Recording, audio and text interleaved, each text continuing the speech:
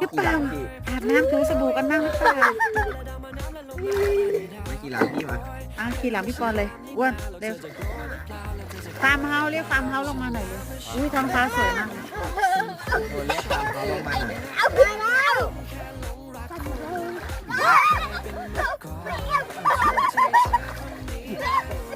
บ้านไปช่วยพี่หน่อย